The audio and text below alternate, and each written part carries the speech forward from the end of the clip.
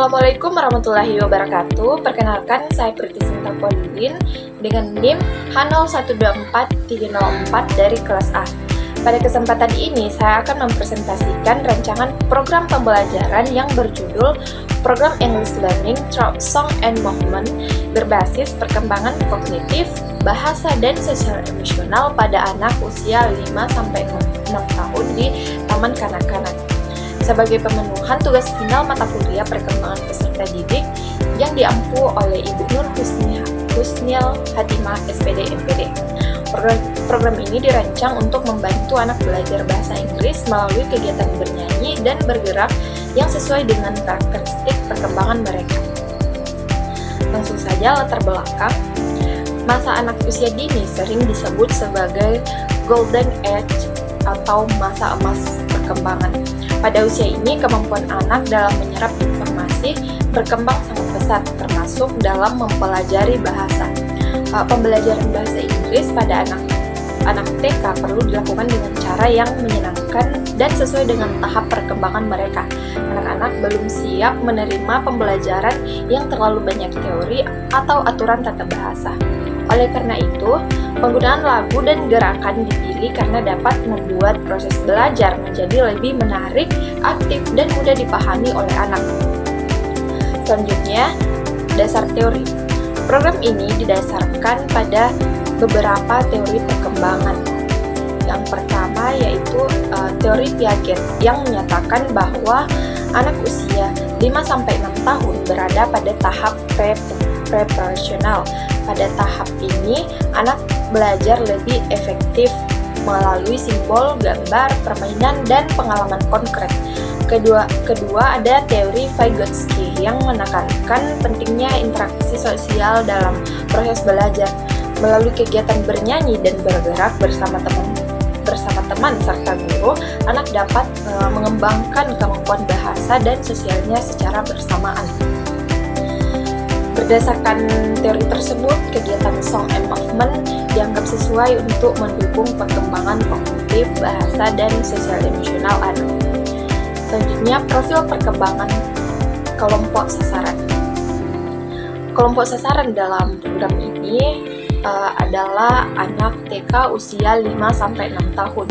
Dari aspek kognitif, anak mulai mampu mengenali simbol dan menghubungkan informasi dengan pengalaman yang mereka lihat secara langsung.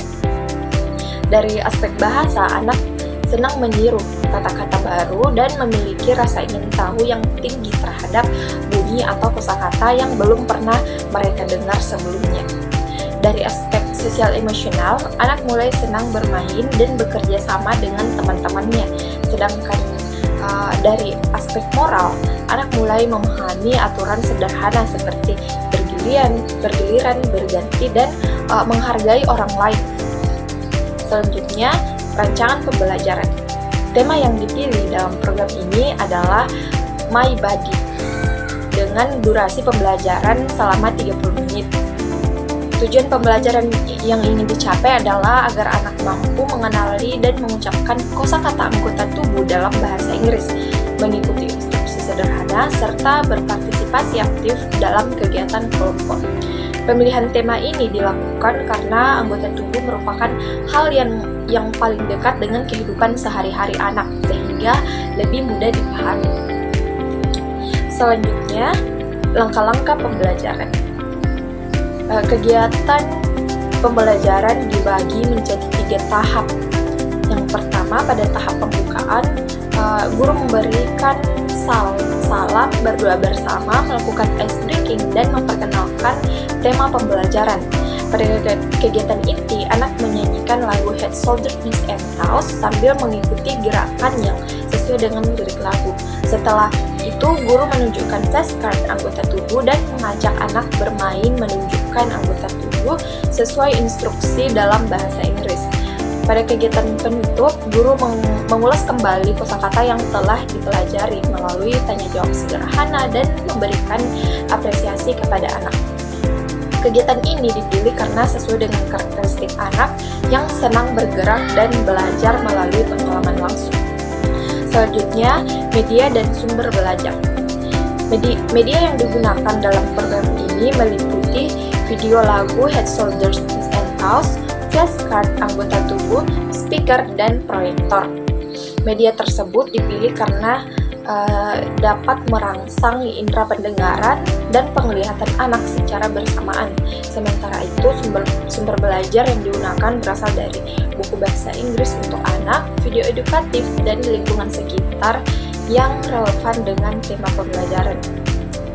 Dengan media yang menarik, diharapkan anak menjadi lebih fokus dan antusias dalam mengikuti kegiatan belajar. Rancangan penilaian. Penilaian dilakukan menggunakan penilaian otentik melalui observasi dan unjuk kerja.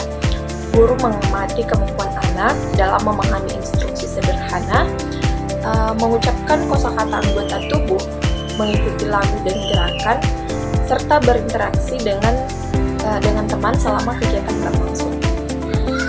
Instrumen yang digunakan berupa lembar observasi atau checklist yang memudahkan guru dalam mencatat perkembangan setiap anak. Selanjutnya, refleksi perancang. Dalam merancang program ini terdapat beberapa tantangan seperti menjaga fokus anak selama kegiatan berlangsung dan menyesuaikan perbedaan kemampuan belajar setiap anak. Selain itu, keterbatasan waktu pembelajaran juga menjadi salah satu kendala dalam mencapai tujuan secara maksimal. Untuk pengembangan selanjutnya, saya akan menambahkan lebih banyak variasi lagu, permainan, dan media interaktif agar pembelajaran menjadi lebih menarik dan dapat mengkomodasi kebutuhan belajar yang beragam. Slide terakhir berisi daftar referensi yang menjadi dasar dalam penyusunan program ini, baik berupa teori perkembangan maupun sumber pembelajaran bahasa Inggris untuk anak usia dini.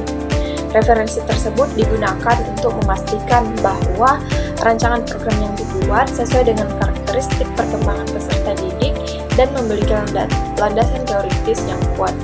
Sekian presentasi dari saya. Terima kasih atas perhatiannya. Wassalamualaikum warahmatullahi wabarakatuh.